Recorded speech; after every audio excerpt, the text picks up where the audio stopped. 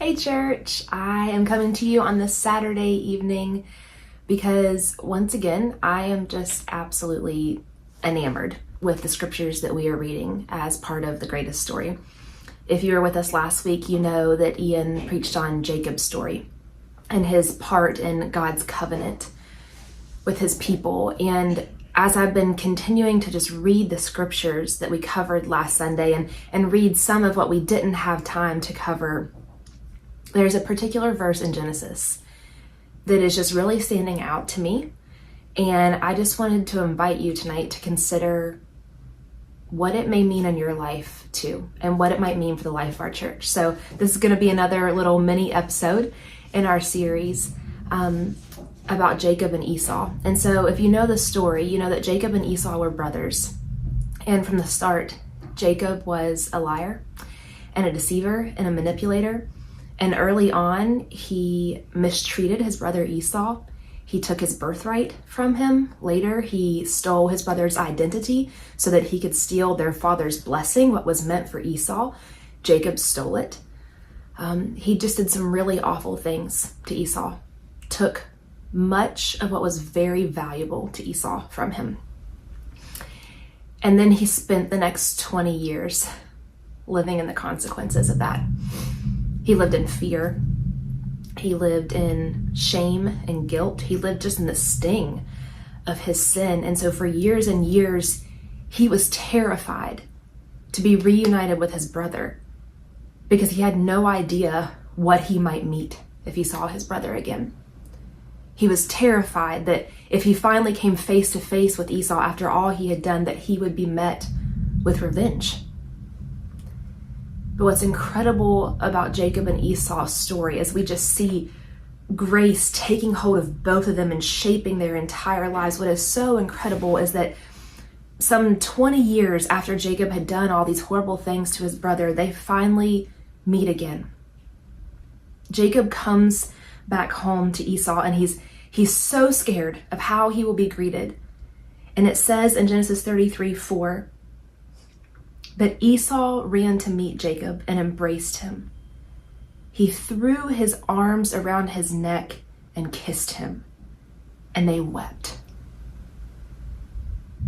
Jacob thought that when he met Esau again, he would meet someone who was full of revenge and perhaps would match his evil with more evil, but instead, he was met with reconciliation. He was met with grace and mercy beyond what he ever could have dreamed. But here's the verse that has just gripped me this week, and the one I would love for all of us to consider individually and collectively as a church. If you come down a few verses, when Jacob is met with this grace and mercy, he wants to give Esau all these gifts to kind of make right for all the wrong he has done and to kind of pay him back. And Esau rejects it. He's like, no, I don't need any of this. And listen to what Jacob says. In Genesis 33:10, he says to Esau, if I have found favor in your eyes, accept this gift from me. Here's the part that's getting me. For to see your face is like seeing the face of God, now that you have received me favorably. To see your face is like seeing the face of God. Can you imagine that being said of you? To see your face is like seeing God himself. And the thing is, Jacob had just seen the face of God. The night before this, he had wrestled with God, and he named the place where they wrestled to indicate that he had seen God face to face. So he knew what God was like. At this point in his life, he had finally surrendered to God's goodness and God's kindness and God's faithfulness and God's grace and mercy. And then he meets that same type of character and grace and mercy in his brother Esau. He says, to see you is like seeing God himself. And I just wonder, could that be said of us? And is there someone in our lives that perhaps God is calling us to move toward with grace, with mercy, with an offer of reconciliation, so that they might see the face of God himself in us? that probably means moving towards someone who has wronged us. Or someone who maybe would just be fearful of us. Jacob was fearful of Esau. And I wonder, is there someone who doesn't really know the heart of God yet, doesn't really know the character of God yet, and so they might be fearful of us as Christians, fearful of judgment and condemnation? What would it look like for us to move toward them with so much compassion and kindness and grace that even if they've never met God before, upon meeting us and interacting with us, they might say, "You're unlike anyone I've known. The way you've treated me is not how I've been treated before.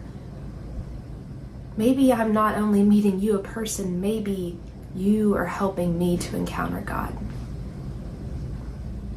I don't know, I'm just sitting with this week because I think this verse is so beautiful, and I would just love for all of us to consider together. Is God calling us to move towards someone, to extend such grace and compassion that when we meet that person, they say, "Seeing your face is like seeing the face of God." Not for the purpose of making us look great, but for the purpose of ushering the kingdom of heaven into earth as we participate with Jesus Christ, of being his vessels of salt and light and love here, not so that people think highly of us, but so that they come to know the very God who loves them and who meets them with unending compassion and grace and mercy.